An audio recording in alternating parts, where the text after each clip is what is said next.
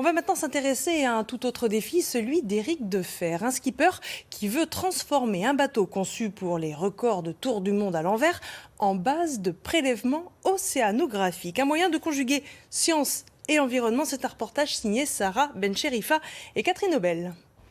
Si avec les conditions de navigation, si faire une campagne qui va un peu plus sud et qui remonte par là, nous permettrait d'aller déposer pas mal d'instruments ici. Dans le carré de ce voilier, une vaste expédition scientifique se prépare. L'équipage de Blue Observer va déposer des capteurs météo en plein océan Atlantique, confier le largage d'une centaine de flotteurs Argo à un bateau à voile, une première pour le Centre international de coordination météo.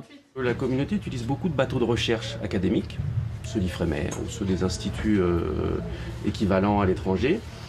Et il se trouve que pendant cette période de pandémie mondiale, les calendriers et les opérations en mer de ces bateaux académiques ont été assez perturbés. Donc ça nous a encouragés à trouver des solutions alternatives. Donc là, c'est une solution à basse empreinte carbone, mais aussi à bas coût. Le coût journalier ou le coût de la mission est quand même assez bas. Une expédition scientifique à la voile coûte 10 fois moins cher que sur un bateau à moteur. Je le hisse sur le pont avec une drisse. Oui.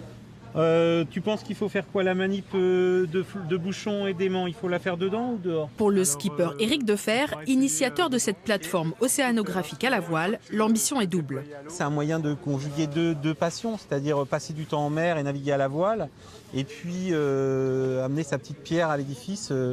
Voilà, on sait qu'aujourd'hui le climat c'est un sujet quand même assez préoccupant. Voilà, comment on peut être acteur là-dedans. Donc ça c'est chouette. Durant son expédition de 3 mois, Blue Observer effectuera aussi des prélèvements aériens de phytoplancton. Les marins scientifiques prendront le large le 2 novembre. Trouver un trésor dans sa